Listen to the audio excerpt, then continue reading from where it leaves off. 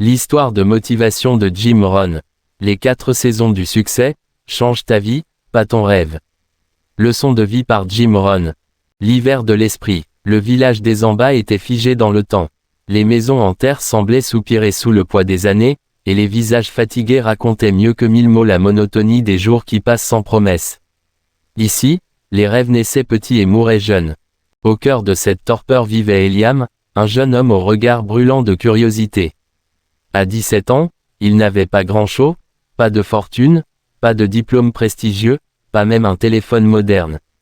Mais il possédait quelque chose de rare, la sensation obsédante qu'il était né pour plus grand que ce qu'on lui offrait. Chaque matin, il aidait sa mère au petit marché. Il plaçait les mangues sur le tissu poussiéreux, discutait avec les clients, encaissait les maigres pièces, puis rentrait au logis, le cœur un peu plus vide.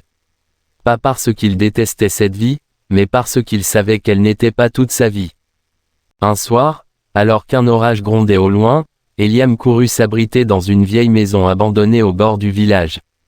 Là, sous une pile de journaux jaunis et de cahiers d'école rongés par le temps, il trouva un livre à la couverture déchirée. On y lisait difficilement. Les saisons de la vie, Jim Rohn. Ce nom, il ne le connaissait pas. Mais ce titre, Les saisons. Il l'ouvrit. Plus grand que. Le succès est prévisible comme les saisons. Il obéit à des lois naturelles. Celui qui comprend les saisons de la vie peut transformer son existence, peu importe d'où il part. Une phrase, puis 2, puis 10. Eliam lut toute la nuit, éclairé par la lueur tremblante d'une bougie volée au marché. Et quelque chose changea en lui. Il comprit que l'hiver qu'il vivait, cette période de vide, de pauvreté, de doute, n'était pas une condamnation. C'était une saison, et toute saison passe, si on l'accepte, si on s'y prépare. Le lendemain, il se leva à 4 heures. Personne ne lui avait dit de le faire. Mais quelque chose en lui avait changé, une petite voix lui soufflait que son esprit avait besoin d'être nourri avant son corps. Il commença à lire tout ce qu'il pouvait trouver, des PDF imprimés, des citations qu'il recopiait à la main, des vidéos qu'il écoutait en cachette sur l'ancien téléphone de son cousin. Jim Rohn, les Brown, Napoléon Hill, des noms inconnus dans son monde, mais qui devenaient ses mentors de l'ombre. Il commença aussi à tenir un journal. Chaque matin, il y écrivait « Plus grand que, aujourd'hui, je sème. Même si je ne vois encore rien pousser, je continue. Car un jour, l'hiver passera. » Les gens du village le regardaient étrangement. Certains se moquaient « Tu crois qu'avec des phrases, tu vas acheter du riz ?» Mais Eliam tenait bon. Il avait lu une autre perle de Jim. Plus grand que, apprenez à être fort quand les vents soufflent contre vous. L'hiver n'est pas là pour vous abattre, mais pour vous forger. Et ainsi commença pour lui l'hiver de l'ambition, cette période invisible où personne ne te remarque, où rien ne semble bouger, mais où en réalité, tout commence à changer. Le printemps de l'audace, le froid mental commençait à se dissiper. Dans les rues des Amba, rien ne semblait avoir changé, mais dans le cœur d'Eliam, le climat était en mutation. Il sentait une énergie monter en lui, un désir de faire éclore ses apprentissages. C'était le printemps intérieur, inspiré par Jim Rohn qui disait « Plus grand que, quand vient le printemps, sème sans retenue ». Eliam décida de passer à l'action. Pas demain, pas un jour, maintenant. Il lança une idée simple, mais audacieuse, offrir gratuitement des conseils aux commerçants du marché pour mieux vendre. Il s'approcha d'un vieux vendeur de bananes. « Tonton, et si on faisait une pancarte avec les prix? Tu pourrais aussi dire aux clients que c'est de la récolte fraîche, tu vois, comme dans les supermarchés. » Le vieux haussa un sourcil. D'abord sceptique, puis amusé, puis intrigué. En 1 semaine, les ventes augmentèrent. En 2 semaines, les voisins vinrent demander de l'aide à Eliam. Il ne demandait rien, juste un sourire, une écoute, une validation de ses compétences naissantes. Il appliquait à la lettre ce que Jim Rohn appelait l'extension du capital humain. Son savoir devenait utile, et donc, précieux. Il prit un vieux tableau noir, s'installa tous les dimanches sous un manguier, et invita les jeunes du village à le rejoindre.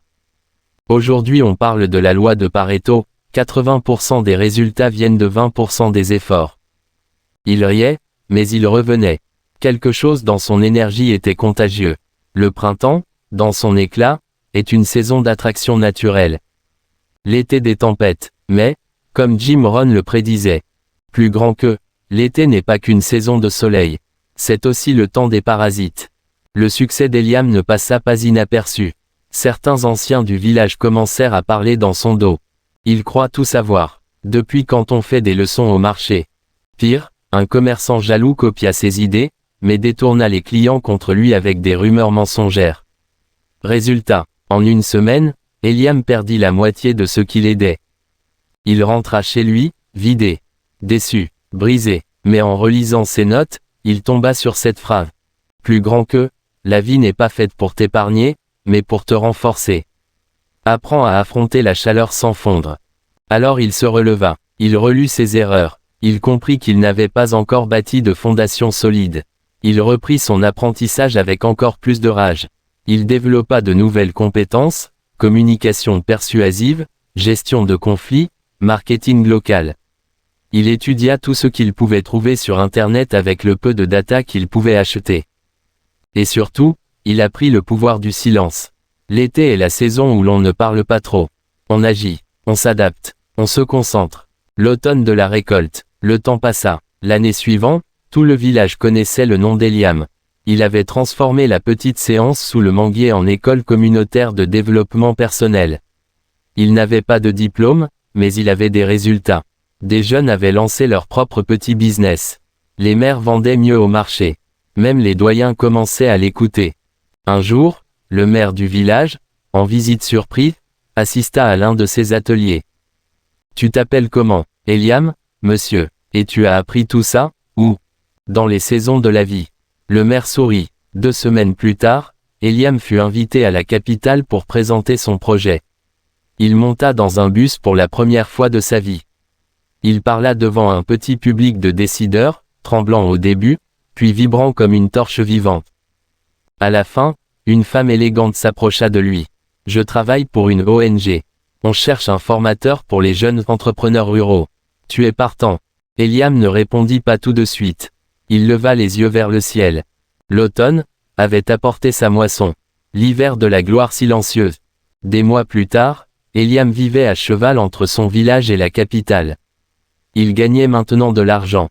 Pas encore une fortune, mais assez pour aider sa famille, nourrir les enfants du quartier, et investir dans ses projets. Mais il n'oublia jamais le premier hiver.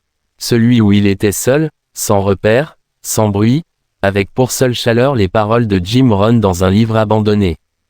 Et maintenant qu'il avait récolté ses premiers fruits, il comprenait une chose essentielle. Le véritable succès, c'est de devenir la personne capable d'aider les autres à se transformer. Chaque dimanche, il revenait sous le manguier, devenu symbole de renaissance. Il ouvrait son vieux carnet, devenu relique. Et il répétait aux jeunes, aux anciens, aux rêveurs. N'attendez pas le bon moment. Créez-le. Comme la nature, vous avez des saisons. L'hiver forge, le printemps ose, l'été teste, et l'automne récompense. Alors, vivez chaque saison avec courage. Bien reçu, Lamine. Voici une conclusion puissante, aussi inspirante qu'un lever de soleil sur un désert de doute. Une fin qui réveille, qui claque, qui élève. Accroche-toi. Conclusion, l'éveil des saisons intérieures. Eliam n'était pas né dans l'or. Il était né dans l'ordinaire. Mais il avait compris que l'extraordinaire se construit à force d'ordinaire répété avec discipline. Il n'avait ni pouvoir, ni réseau, ni diplôme. Mais il avait un atout que rien ni personne ne peut voler, la volonté de se transformer. Et si toi aussi tu lis ces lignes, si ton cœur vibre, si tes mains tremblent à l'idée de faire plus avec ta vie, c'est que tes saisons sont prêtes. Car vois-tu, la vie ne t'attendra pas. Le monde ne ralentira pas pour que tu rattrapes ton potentiel. C'est à toi de courir vers lui. Tu veux changer ta vie. Alors retiens bien ces conseils, gravés dans la pierre par l'expérience de ceux qui se sont levés dans l'ombre. 1. Apprends chaque jour comme si ta vie en dépendait. Parce qu'elle en dépend. La connaissance n'est pas un luxe. C'est ton outil de survie. Lis, écoute, observe. Car celui qui n'apprend pas aujourd'hui, sera dominé demain. 2. Ne demande pas la facilité. Demande la force. Les tempêtes vont venir. Toujours. Mais tu peux devenir plus fort que la tempête. Comme Jim Rohn le disait. Plus grand que. Ne souhaite pas que ce soit plus facile. Souhaite d'être meilleur. 3. Sème même quand le sol est sec. Tu ne verras pas les résultats tout de suite.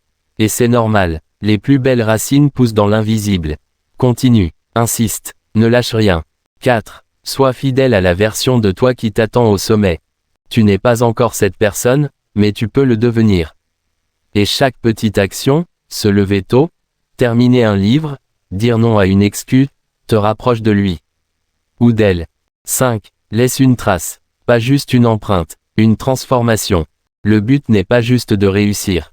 C'est de rayonner, d'inspirer, d'ouvrir la voie à d'autres. Car ton succès est stérile s'il ne fertilise pas le destin de quelqu'un d'autre.